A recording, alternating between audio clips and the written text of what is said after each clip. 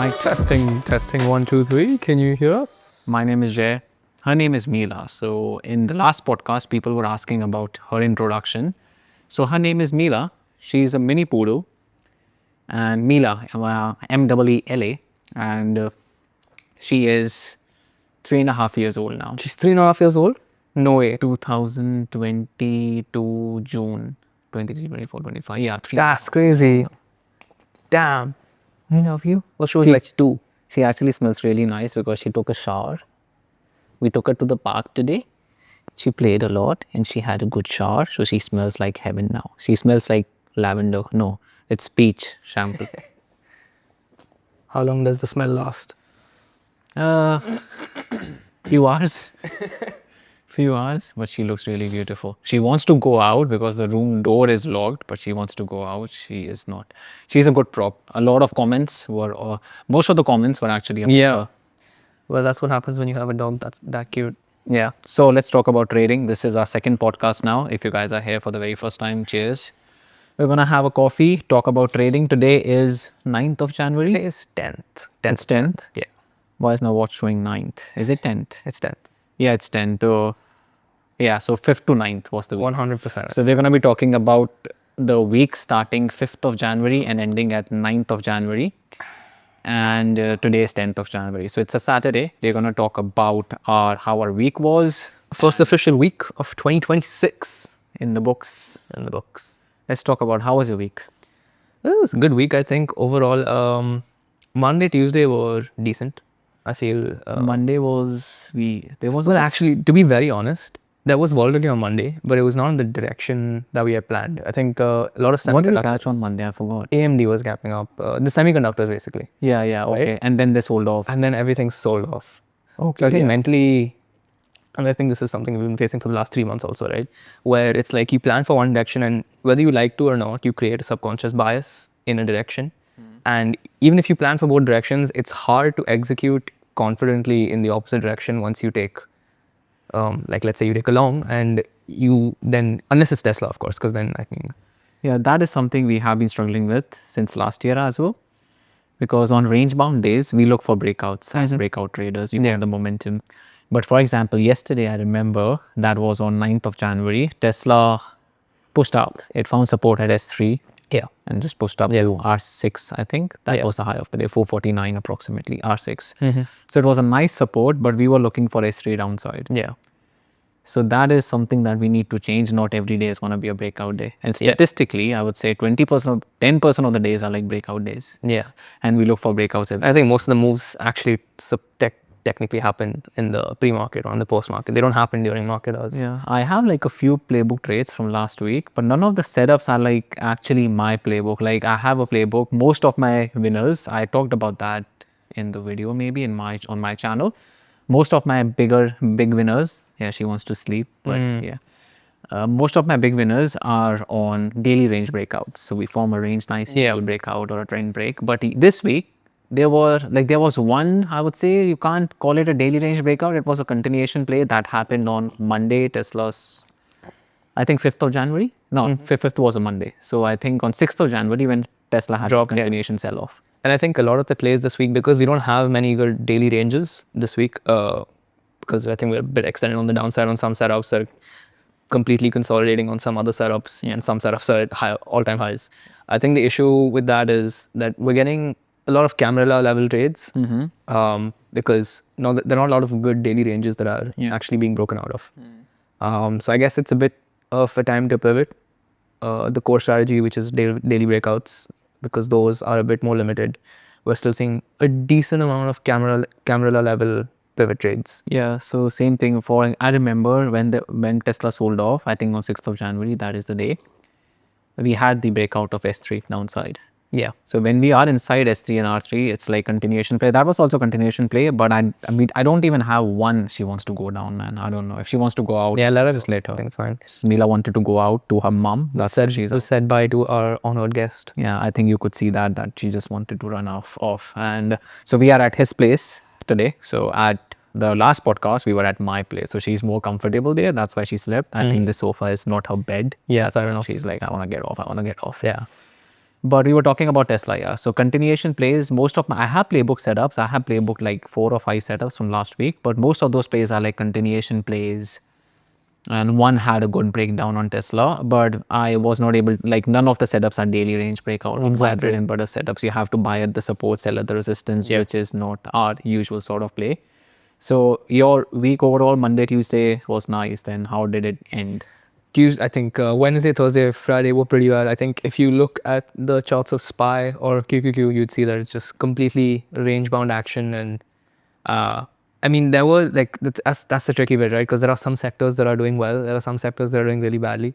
And it's really hard to know which That's the sector is thing. going to Market move. is making new all-time highs with everything going on in the world, which is so weird. It's not Market is making so, sense. I mean, it's not, it's so, there's such a big, what do you call it, discrepancy, gap between what is happening in the world and what the market is doing. Can be a red year for the market. I don't know, might even be a green year because of AI and everything. So market at the moment, I don't think so market cares about the employment numbers. So we go through these phases in the market in 2020 and 21 when everyone was losing their jobs, 2022 as well. Market was reacting a lot to the inflation data during the COVID, after COVID. And then after that, we had the employment, people losing their jobs because of the inflation going up. Companies wanted to cut their expenses. So market was reacting to the employment numbers. But at the moment, I don't think so market gives two shits about the employment numbers. Not as much as it used to. So I think right now, more than anything, it's just about the data that supports or doesn't support cutting the rates. Yeah. We did not plan this outfit, by the way. So yeah. I was just wearing brown and black, and then he showed up wearing brown and black. So it wasn't planned, but it looks nice. So yeah, so Monday, Tuesday was good for you. Then Wednesday, Thursday, Friday, I don't remember any good setups. This week, it's not like a setup that I'm not gonna forget about. You mean a setup that you are going to forget about? It is a setup that you are going to forget about. Any good setup that you are gonna remember that, okay, we have. No, I think you only get those setups, at least the way we trade is you'll only find those setups where you like feel some type of way if you missed it, is mostly daily breakouts, because those are the ones that have the most momentum. They're typically the cleanest sort of price action. It's very easy to read the tape. On these plays, like even though they work out and they're in the playbook, it's typically like it's harder to maybe hold the position from ME to like MFE. It's harder to get the maximum amount out of that position because you are sort of still trading in a range. Yeah, and what I have realized from my playbook setups, all my playbook is like there was not even one good setup where the 1 minute momentum was nice. It's more about the 5 minutes chart. It's like you have to hold it. And personally, I can size up if I see a momentum trade, and if I size up just by looking, it's a grindy trade on the 1 minute, but on the 5 minutes, it actually pushes towards the upside. It's personally difficult for me to hold a big position. So I can hold a small position. So that's my review for this coming week, is that unless and until you see like a breakout day, size down a bit and try to, instead of just trying to catch $1 or $2 move because the market is moving in a range, so it's better to size down a bit and try to capitalize on that, and maybe then add that to the playbook. Because talking about trading, I think the change always happens in a safe environment. And if you want to change your strategy, not your strategy, your trading style a bit to adapt to the market conditions, the market goes through cycles. And at the moment, I don't think so. Last week was a cycle that we are suited for our personality. It doesn't suit our personality. But when the market goes through cycles and you are like, I can still trade that setup, I can see it happening, but you won't be able to execute on it properly if you don't size down, because the change always happens in a safe environment. If you're sizing up, it's not a safe environment for your body. Your body is expecting something to happen that is not going to happen in the market. So you have to size down. And then, for example, if I catch a move from say S3 to R3 or whatever candle levels, dip to 430, Tesla moved from 430 all the way to 449. And it was a grindy move. So I can't catch that move with like 150 contracts, which is the big position sizing being its start of the year. And I also want to clarify one more thing. It's not changing your strategy. These are also setups that are part of your playbook. But then there are some playbooks that make more sense to size up on because they're rarer opportunities and they move cleaner, and they're technically what you'd call the easy trades, the easy money trades, right? And those are the ones you can size up without fearing of losing a large amount without it making sense. Whereas these trades, at least for us, this is specifically related to like how we trade. But with these trades, it's not that they're a different strategy or we're changing the strategy. It's still a playbook setup, but it's just not one that is going to be the easiest move to catch. And hence you don't want to like expend too much mental energy, a lot of financial energy, capital essentially, or risk more than you want to, especially in the beginning of the year, because it's not your easy money trade. Yeah. And especially, let's talk about the new year. So that topic, new year anxiety, I talked about that in my blog as well that I posted on my channel, that the new year, you want to start the new year good on a green note, that you get that new year performance anxiety. Yeah. It's like you want to perform, but you have been thinking about that performance for so long, especially if you take vacation the last 2 weeks of December, you're like, I'm going to come back strong. And you get that performance anxiety. So I think the same thing happened with both of us. The day Tesla sold off, we had really good entries. Yeah. But then DAS Trader Pro, that started to lag a bit. Yeah. And then we took the same size, I think. Yeah. We covered the same position a bit too early. Yeah. And then the last 70% paid a lot. And it's not about that. Like, I remember I made like $6,000 on that trade. But it's not about making money. $6,000, I still feel like shit because that was a potential $15,000 trade. Yeah. But again, not about the money. It's not like I'm not being thankful or grateful that I made $6,000 by clicking a few buttons in front of my setup. That's not the case. But it's more about just sticking to your play, sticking to your playbook, sticking to your strategy, sticking to your entries and exits, sticking to your game plan. All these things are more important than how much money you make, because you can make $600 with really good executions. Personally, I feel my best even when I sized down 10, 20 contracts, but I stuck to my entry criteria and I stuck to my exit criteria. So if I do my best to make the best use of that opportunity, then I feel good. Yeah. So the day Tesla sold off, I think we both chickened out a bit too early. I would say two things about that day, that trade in specific. The first thing is that I think it's important as a trader to be kind to yourself. I'm actually going to post a screenshot of that daily chart on the main screen so that people know what we're talking about. Yeah, fair. But I was saying, I think there's two things about that specific trade that I learned from it. I mean, not specifically on that trade. It's something that you learn over time. But the first thing is that as a trader, I think it's important to also be kind to yourself, because it's very, very, very rare that you're going to be perfect on every single day. So on that day, I think in hindsight, in the moment, maybe like once you're fully out of the position, you look back and you're like, holy shit, I could have done so much better. And why did I mess up? I shouldn't have done that. And in that moment, you're a bit harder on yourself than you should be. So it's important to be kind to yourself, because you can't be perfect every single day.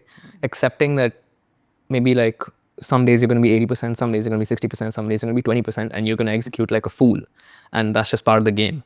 So the first thing is just to be kind to yourself. And the second thing is something we both experienced that day was our platforms, the Dash Trader Pro, it was lagging for the first like 30 seconds of market open or so, 30 to 1 minute. And in those situations, again, it's something that's out of your control.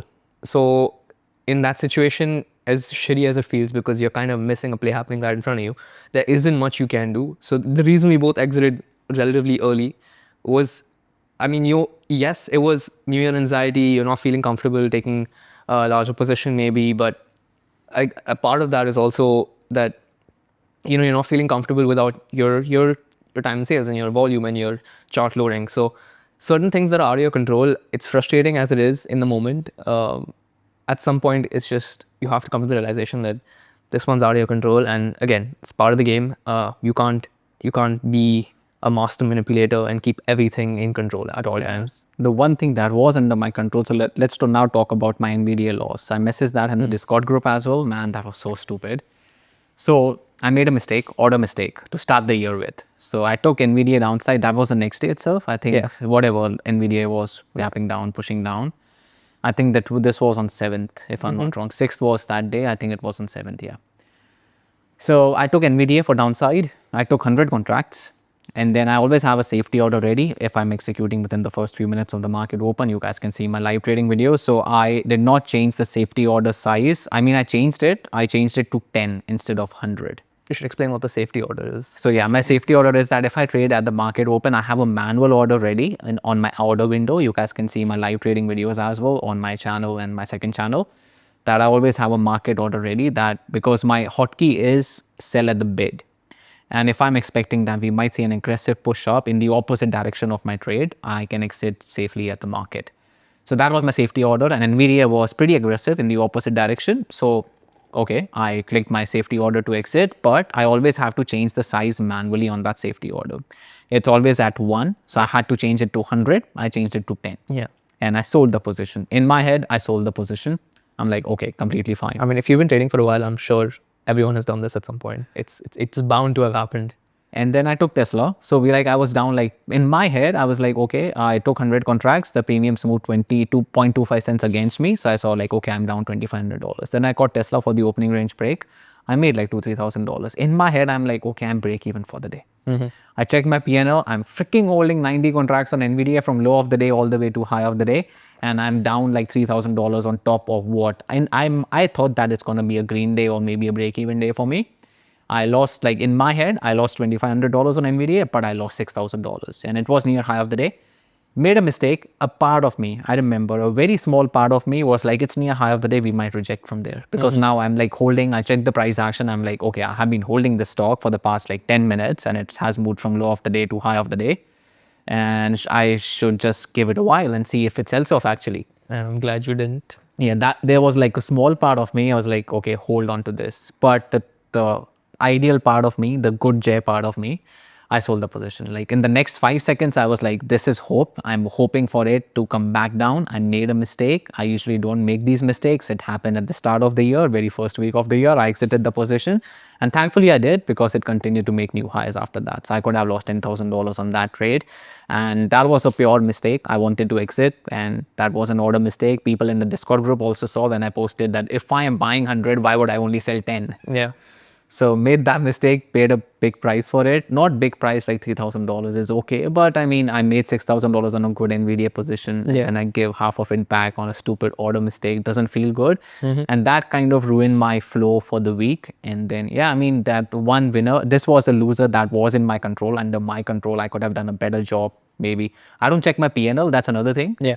If I'm thinking of Tesla, I don't want to check, like I have an idea what my P&L is, but I don't like to check the number. Which is a good habit because it tends to like get into your mind and your subconscious. And then maybe if you are green for a day on a good green day and you check your P&L, and then when you see the P&L, you automatically shift to a mindset of protection of the profits. Then you almost like, it's like you trade as if you don't want to lose money instead of trying to make money. That's one part of it. The second part is that you get too attached to the number. Like for example, if it's 9,024, even if you lose $24, why the fuck did I lose $24? Yeah. I mean, you just get attached to that number. That's why I have an approximate idea what my P&L is. I'm like break even, small green, small red. I don't like to check the exact number. Yeah. And I did not check the number. And after that Tesla trade, in my head, I'm like, okay, I took one loss, I took one win. Let's check my P&L. I checked my P&L. I was down $3,000. And then I posted in the Discord group as well that I took a few more trades, went into that over trading revenge mindset.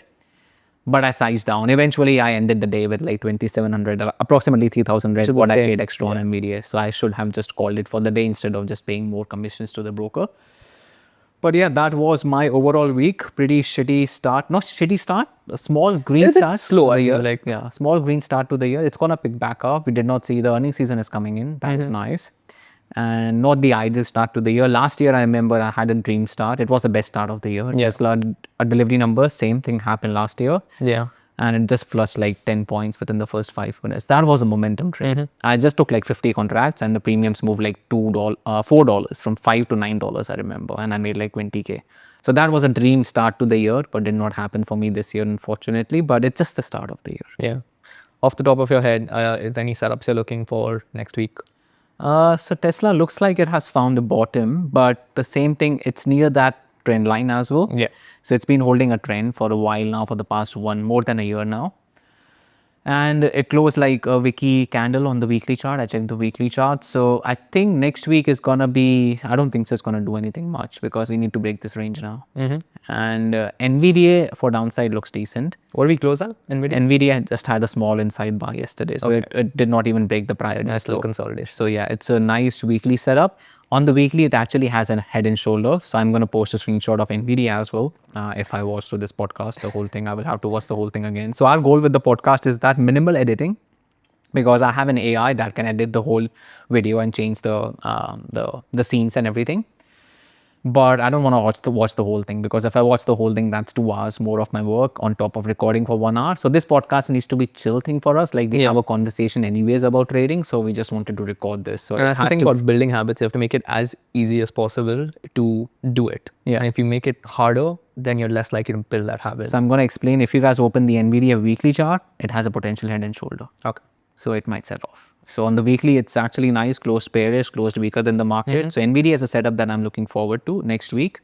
Meta, I think it's just trying to find its footing at the moment. It doesn't want to sell off. It doesn't want to push towards the upside. I think one of these days, I don't think so it wants to sell off because It has sold off already a whole lot from the highs. that 650 breakdown, the day we closed like a doji on the daily chart on Meta, I feel like the same thing happened with Tesla. I talked about that in the Discord group as well, that the same thing happened with Tesla back in August, like a breakdown of 300. If it wanted to sell off, it should have sold off.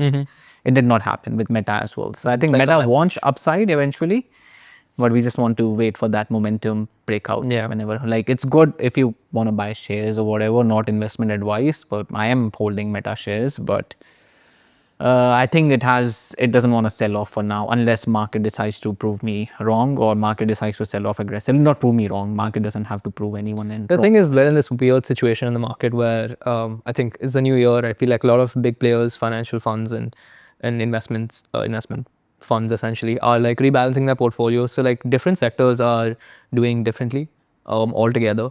So I feel like Meta, for example, it's very choked in a range, and I feel like there's not much money going into it right now. That's why like SPY made a new high. Yeah. But Tesla is weak at the moment, was weak when SPY was Yeah. making a new high. Then the past 2 days it recovered a bit.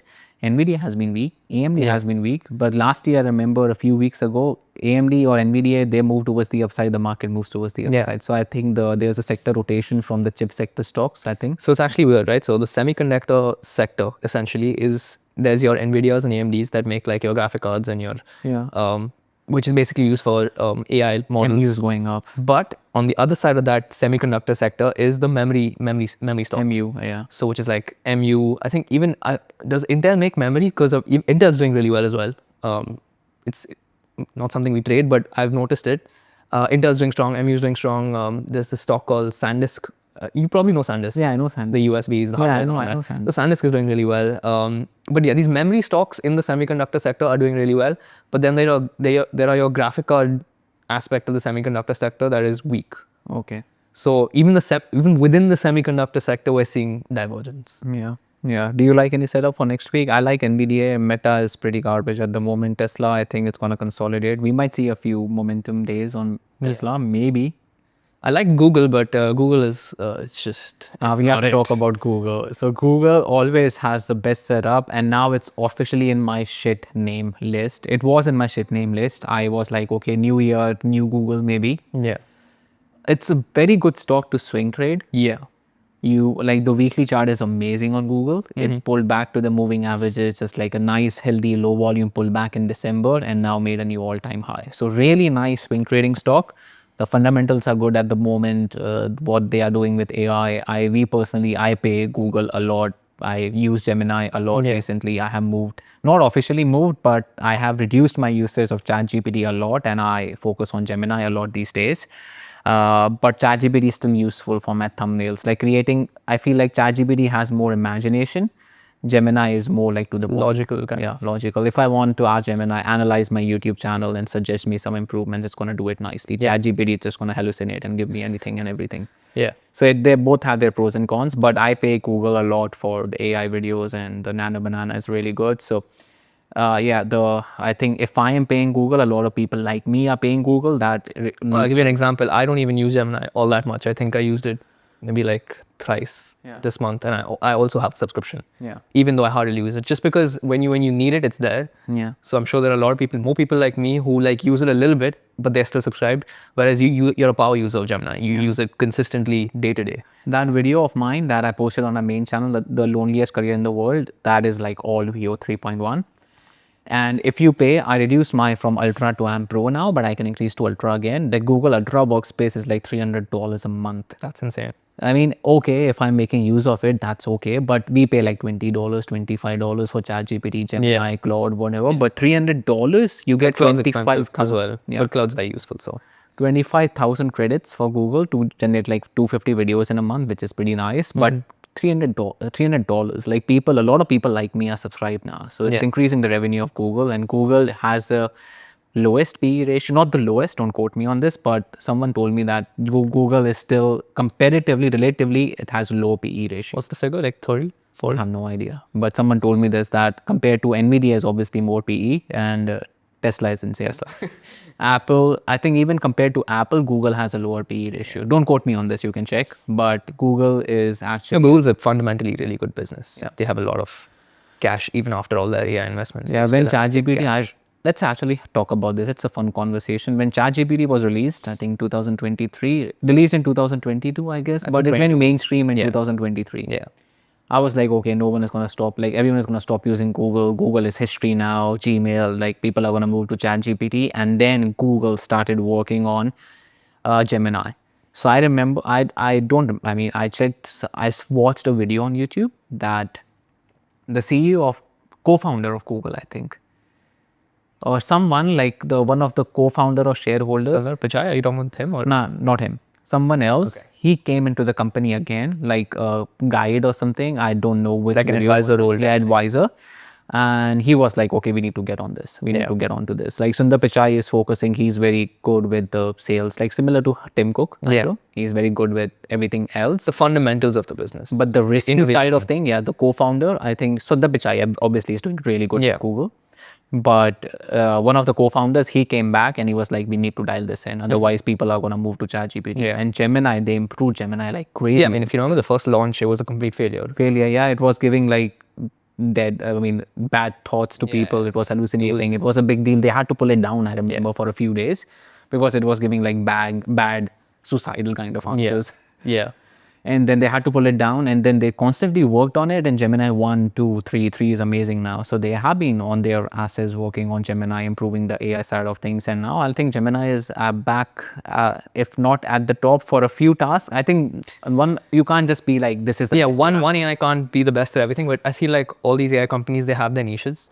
For coding, Claude is the best. You are living proof of it. You have been using Claude. So I mean, there's, at least in my mind, there's no competition to We have been working on a business. Both of us are co-founders. So we are not going to talk about this at the moment, but Claude is our main. Yeah, I mean, that's the workhorse, that's the powerhouse behind that. And there's like, Gemini has a coding. And we pay like $200 for $200 for the max subscription. But like Gemini has coding, ChatGPT has Codex. If you want to make like a small algo, Gemini can do it. But I also tried using Gemini. Gemini, if it's like a big project, I can't imagine creating a full-blown app with Gemini.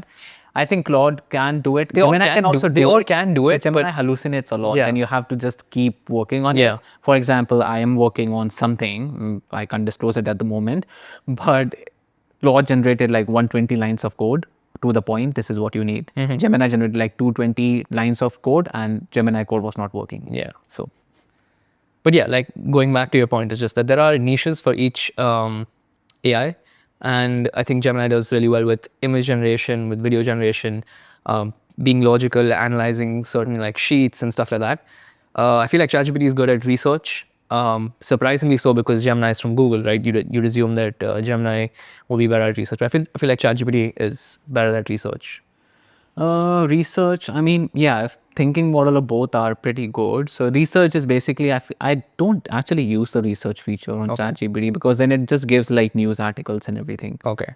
I use ChatGPT's thinking, higher thinking level for research when I'm doing my tasks. But yeah, just point being that like each AI has its niche, and right now we're in a great space where there's so much competition that these guys need to keep beating each other, which is great for the consumer because we get the best of everything. Yeah, I feel like the jump from Gemini 2 to 3 is huge. It was huge. Like Gemini 3 is actually really good. Yeah.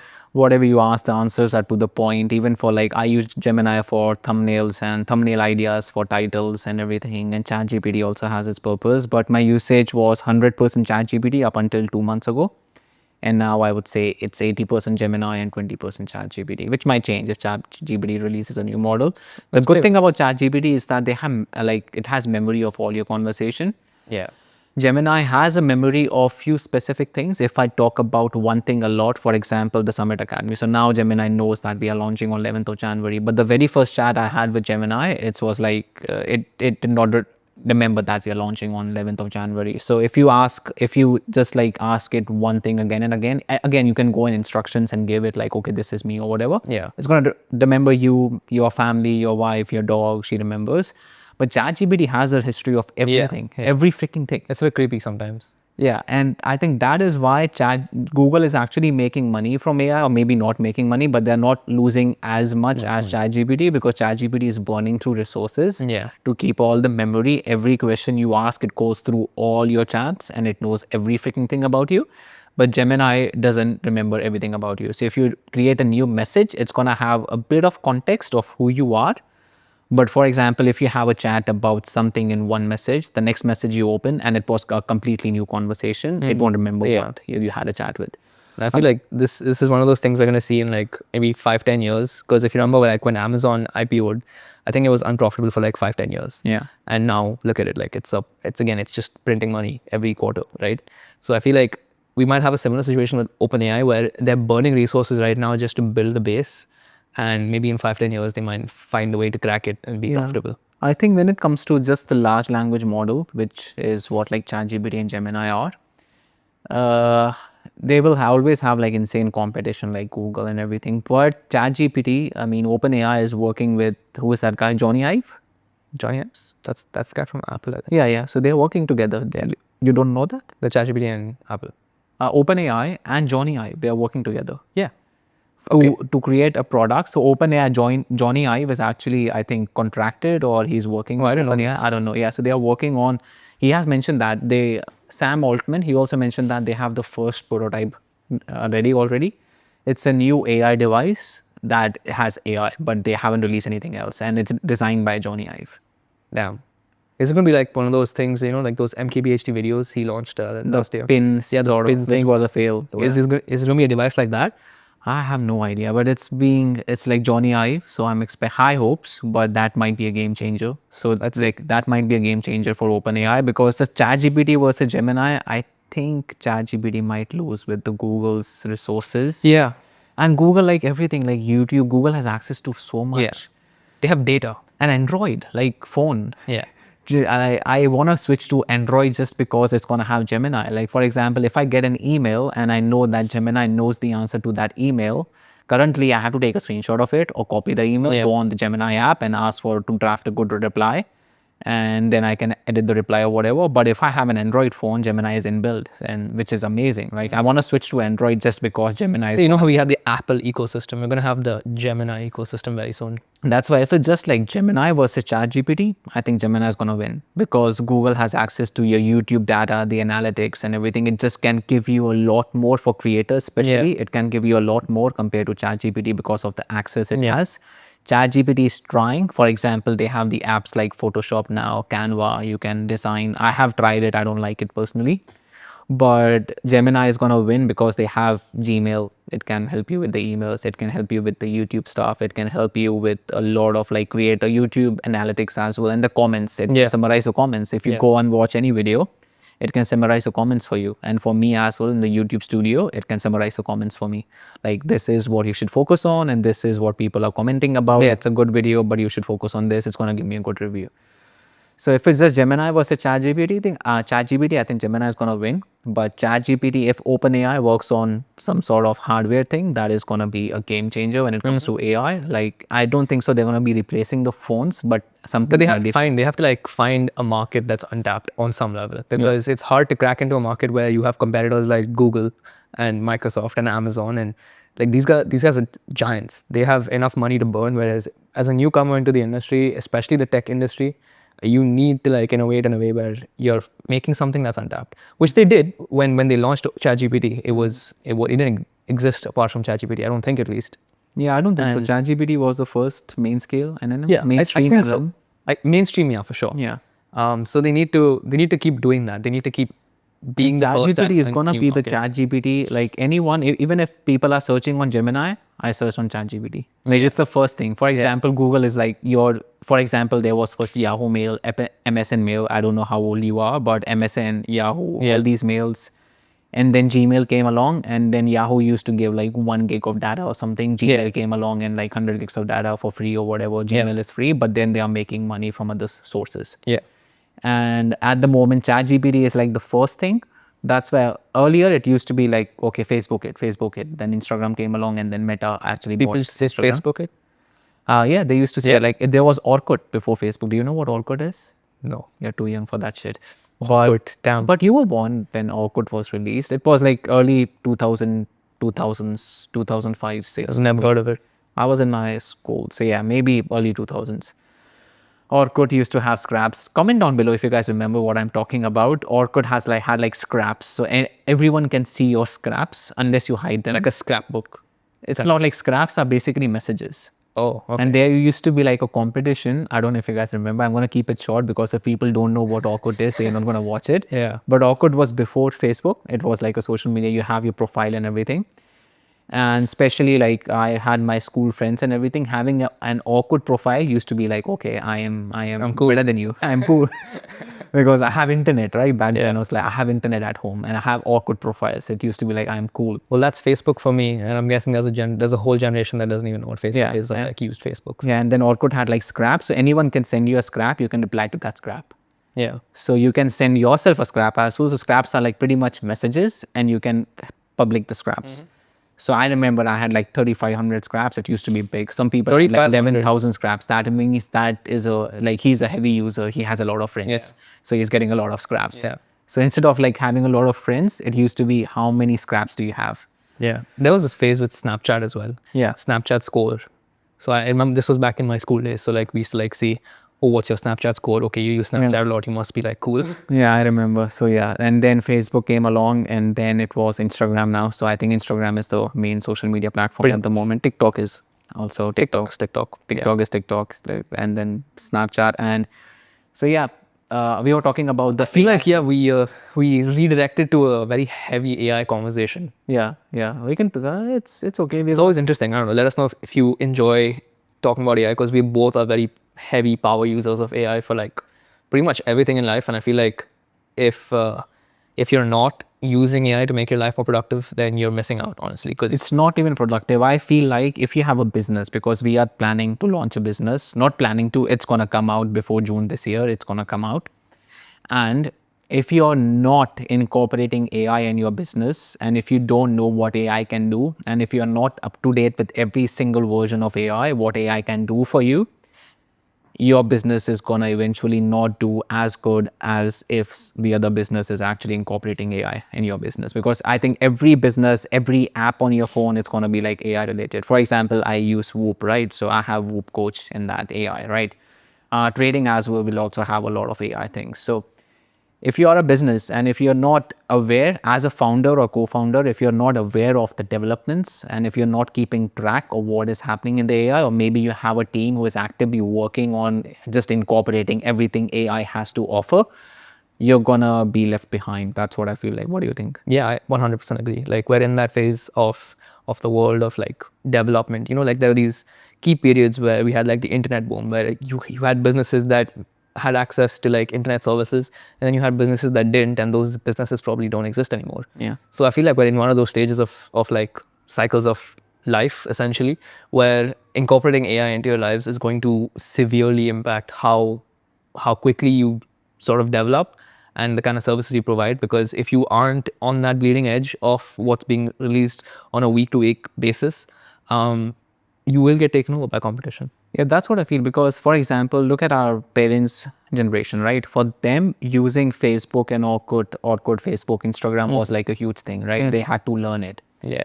But if you are like, and then for us, it was like pretty much we grew up with that thing. Like Yeah. Facebook, Instagram. Okay, we don't know a life without this. Yeah. The new generation is not going to know a life without AI. Yeah.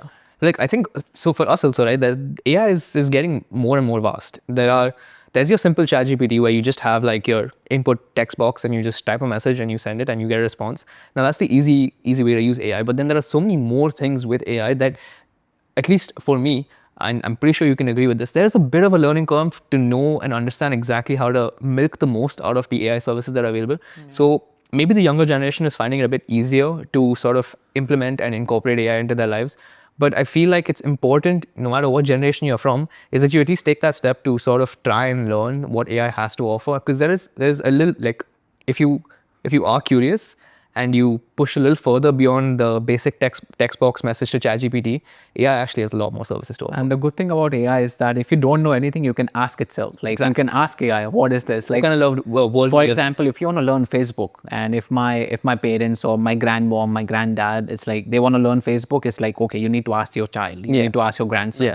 But now you can just ask AI. You just can anything you don't know, just ask AI, and AI will answer. Yeah, and that's what I feel like the new generation, especially if you are a business owner between the age of 20 and 40, especially after the age of 30, 35, you are like, okay, I don't want to focus a lot on tech. I don't want to be like, okay, I'm just going to be in my own way and I'm just going to do the things that I have been doing for the past, like the same way I've been doing for the past few years. I think AI is going to take over. Yeah. And like in trading as well, I think do you feel, let's talk about AI in trading now. Do you feel the market has changed since AI came into the picture? Are there a lot of AI created bots trading the market? So the thing is, the market's very dynamic, right? And but the beauty of AI is that when you create an LLM, it's essentially constantly ever learning.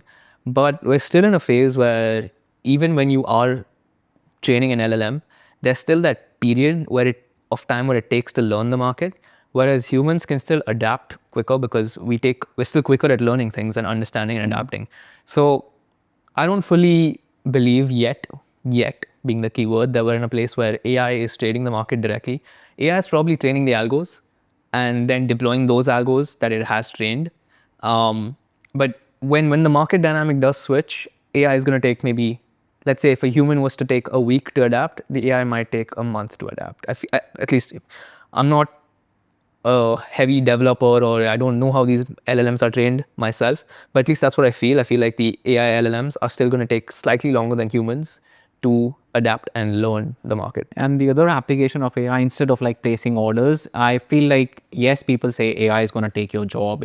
Obviously AI is going to take over a lot of jobs, but for a lot of other jobs, AI can be actually helpful for you. And same thing in trading as well, just use AI to your advantage. For example, on my Notion as well, on Notion, there is AI incorporated, right? So in my playbook, I have an AI overview. So I have given the prompt to that AI to look at that page and suggest me how to improve or whatever. So you can use AI to improve your journaling. You can use AI to improve your trading. So you can use AI as your trading coach as well. For example, you can ask AI, okay, I did not trade that well yesterday and maybe I overtraded. So what is a mistake? Like, what am I doing wrong? Or you can have a conversation with AI, and AI can, for example, if you read a lot of books, trading psychology books like Day Trading Coach and Trading in the Zone and all these books, and you learn these from these books, but you don't know how to use the concepts in these books to your trading. Maybe you have an issue with something. And I remember back in 2020, I read like the Daily Trading Coach like 12 times. But now I don't have to, because I can just ask AI. For example, AI can look at my stats and use principles from the Daily Trading Coach, analyze them with correlation to my trades, tell me where I'm going wrong. Yeah, so that AI can do it for you now. So it can save you 12 hours of your Audible. Like, I like listening to books because this was a recent discovery for me, that I don't know if it's a discovery or not, but I have realized that I learn better listening more than reading. Yeah, but And then I was like reflecting on my life. I was like, even in my university school, I always used to be like a kid who used to score like more than 90%. And I always used to be like chill at home watching TV and stuff. But I used to focus on what the teacher is actually telling me.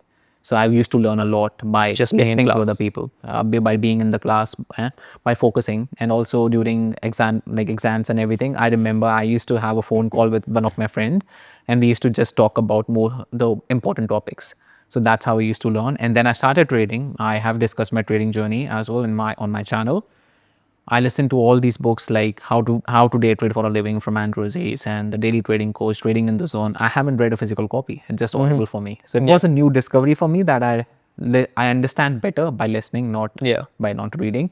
And AI can do that for you. So you can have a chat with AI, be like, okay, these are my trading stats. Look at my stats. I have over traded. I have taken like 30 trades in the past 2 days or 3 days. And it can look at your trades as well and ask like, okay, you can take screenshots of your trades or whatever, post it to AI, and maybe there's an easier way to do it. But you can ask AI that, okay, I have taken 30 trades in the past 2 days. I have lost money on Google, Tesla, or whatever. Give me three main points to work on. Yeah. It can help you with trading. Instead of looking at AI is going to take over trading, it's going to help you with trading. It can help you with trading. And you just have to be willing to like receive and take in the information because you can't, I mean, you have to sort of treat AI then like a mentor, essentially, like a coach. And when you do that, then you open yourself up to actually improving. Yeah. And finally, I think the last topic we can talk about is, I mentioned that briefly in my last video, in the last podcast. I was wondering when to bring that up. Yeah, that can be the last topic. Yeah, let's conclude with that story. Like more than 40 minutes. I was fired from my second job in Australia. So I moved to Australia in 2016 and November 2017. After like 4 or 5 months, I found a job. I was at that job because I had no experience. So it was very difficult to find a job in a new country, immigrant in a new country. Found a job. I was working there for like 2 years approximately, from 2017 start to 2019 start. I was there for 2 years. And then in 2019, I was like, okay, my salary was $40,000 AUD a year, which is like too less. It's like 25,000 USD divided by 1.5, whatever. And then I was like, okay, I have the experience now, 2 years local experience, Australia. I can find a new job. I found a job in IT. I had no background in IT. I mean, the only IT background I had is that I like tech, basically. How did you get hired? I just read I listened to like a few Udemy courses, like how to create, like for example, you have a server, so how to create users and like just. So you didn't need any coding background for that? No coding. Okay. So it was like IT infrastructure. I don't even remember now. So basically like creating users, deleting users, activating users, creating email. Basically just how to use a computer. Creating email addresses, like the work email addresses, just the infrastructure of the business, right? Yeah. For example, I have jawtrace.com and all the other business we're working on. So all these things, so I know, right?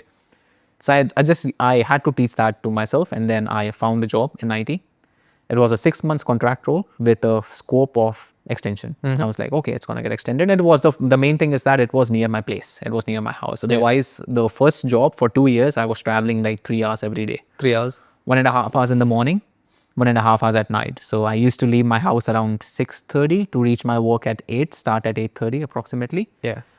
Then leave office at 5. I used to reach home around 6:37. So it was even more than 3 hours approximately, between 3 to 3.5 hours. And then I found a new job, and it was in the middle. I mean, it was closer to my place. I'm like, okay, might as well. And that job was like $55,000. It's a big jump, like $55,000. Yeah, for sure. I was like, okay. I worked there for like 4 or 5 months, pretty nice. I was doing nice, and then I just got fired out of the blue. Like one evening, because IT people, it was like the IT manager and me. We were only like 2 IT. That was the IT team. So it was IT manager, you. That's it. That is pretty much it. He was handling the whole thing alone. Was there like a larger company? What was the company? Yeah, I can't discuss. Okay, don't discuss the name, but it had. What was the function of the business? It was kitchen appliances. Okay. It was like pretty much appliances. Okay. And they had like, it was a parent company with a few other companies under it. So they had like few branches as well. Like that, the main company had a headquarter where I used to work.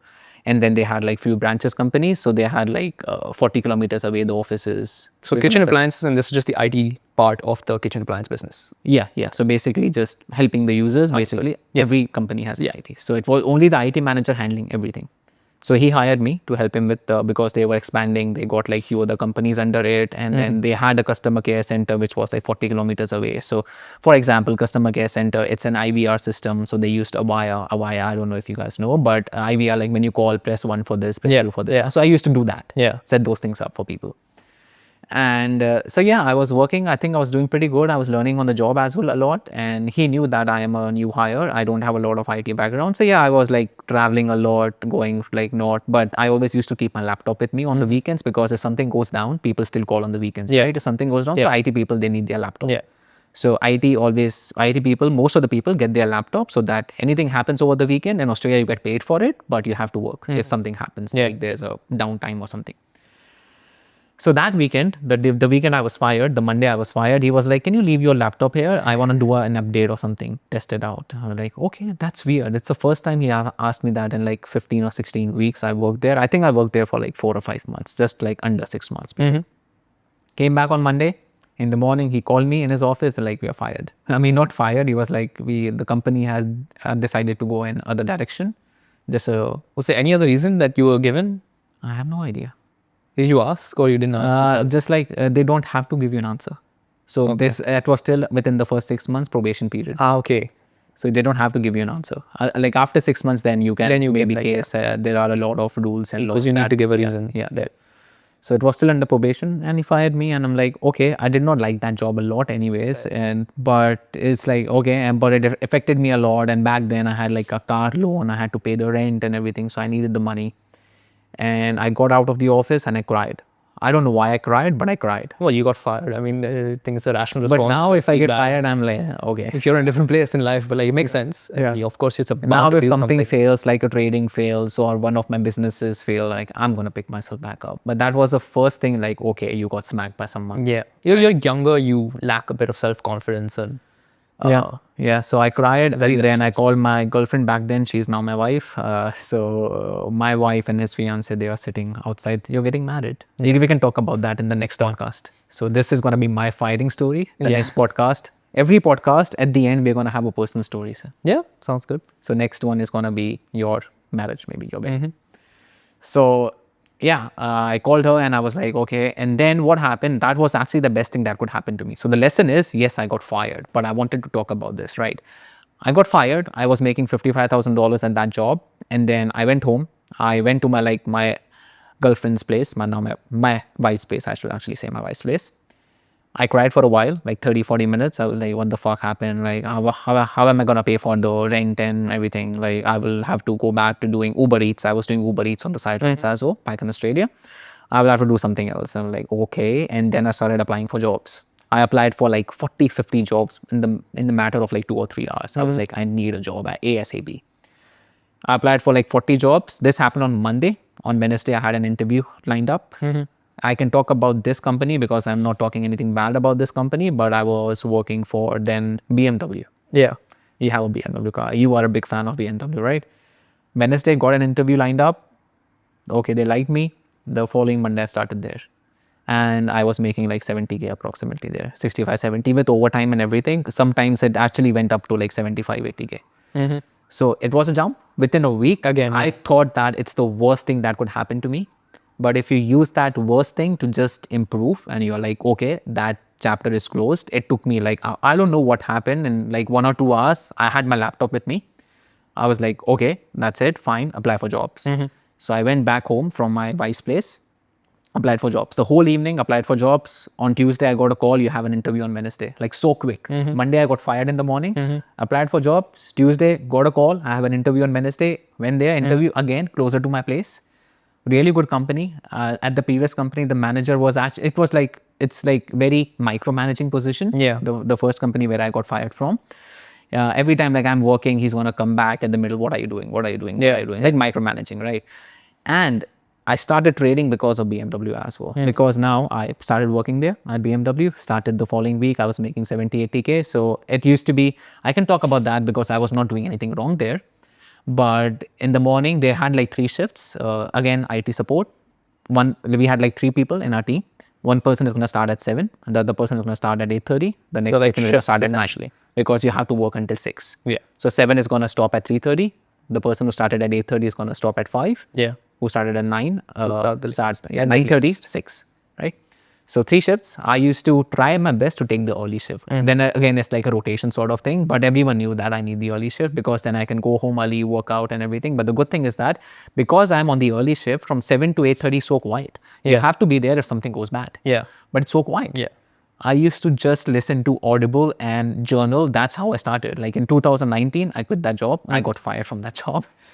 And then 2019, I would say July, August, this is when I started working from BMW, and that's when I started trading. Yeah. It gave me the time to focus on trading. Yeah. I can't imagine working or listening or learning about trading at the previous job because he was so He was just micromanaging. on you like, Yeah. all What the are you doing? What are you doing? What are you doing? So that was the best thing that could happen to me because I was able to increase my salary. I was able to sustain a living even after losing money from trading because I was making the extra money from the new job. And it gave me the time to actually journal. Like every morning in Australia, I used to trade at night, 12:30 a.m., 1:30 a.m., go back to office at 7 a.m. I did not journal at night, obviously. I used to wake up, go to my work. From 7 to 8:30, it was really quiet. Maybe one day out of the week, it's going to be busy, something bad happens, but usually it was really quiet. I used to grab my coffee. That was actually the best time. Wake up early, 6:30. I used to sleep at 2, but I could do that. I was like 24, 25 back then. But yeah, wake up early, go to work, I used to grab my coffee. They had a really nice, fancy coffee machine. You just press a button, like huge ass coffee machine. Yeah, huge ass machine. Really good company. Like, and the manager was also really good. I remember the name of the manager still. I can still message her. She's on my Facebook as well. And yeah, really good manager, really good team, really good company. I had the freedom to do whatever I want. Like, if the work is not there, you can do whatever you want. And then that gave me the opportunity to work on trading. And that, because of that, I was able to quit my next two jobs. And then after BMW, I switched to another job because that was paying me more. It had more flexible timings. And then I joined that job, and then trade is starting to work out. So I quit that job. I think this leaves us with a very important lesson, and not sure if you or the viewers believe like in a higher power or not, but I feel like to a large extent things happen for a reason, provided you don't take things for granted. Yeah. Like as long as you're willing to try and try and try and try again, even after getting knocked down, things will usually happen for a reason, and more times than not, you will be left in a better position than before. And sometimes you need a kick in the butt sometimes as well, because a lot of people are like, they are stuck at the same job for 15 years thinking of quitting, and they want to pursue that business and they're not able to quit because of the responsibilities, which I completely understand. Which makes sense. But then for you, firing is might be the best thing that could happen to you. Exactly. It's fired. It's almost like you're not given a choice anymore. Now you have to do something. Yeah, as I feel like at the end of the day, if you just take everything that has happened to you, that will happen to you in future, that has happened to you, has happened already. But if you take it in a positive way and try to make the best use of that situation, I think you're gonna just be at a better place. Of course, you do be kind to yourself. You do give yourself some downtime when bad things happen, but you use that energy and you channel that energy into something more. Because the second you stop believing you can do more, that's essentially complacency. That's when you settle. Yeah. And I think in this podcast, I talked a lot because I discussed my personal life as well. In the next podcast, he can take over. He can talk about his personal life, what he's doing at the moment, and his wedding planning as well. How is that going on? I'm excited to know that. He's getting married in March this year. Excited. It's a destination wedding. So we can talk about the destination, everything, your shopping, how your shopping is going. End of next podcast. Done. See you guys. See you guys. Thank you for watching. Again, if you guys are new, like, subscribe, and comment down below your favorite part about this video. Comment down on like topics you'd want us to discuss, and maybe if we have some knowledge on those topics, we can always dive deeper into them. And also comment down if you are from the Orkut era or not. Thank you for joining in, and we will see you guys in the next one. Peace.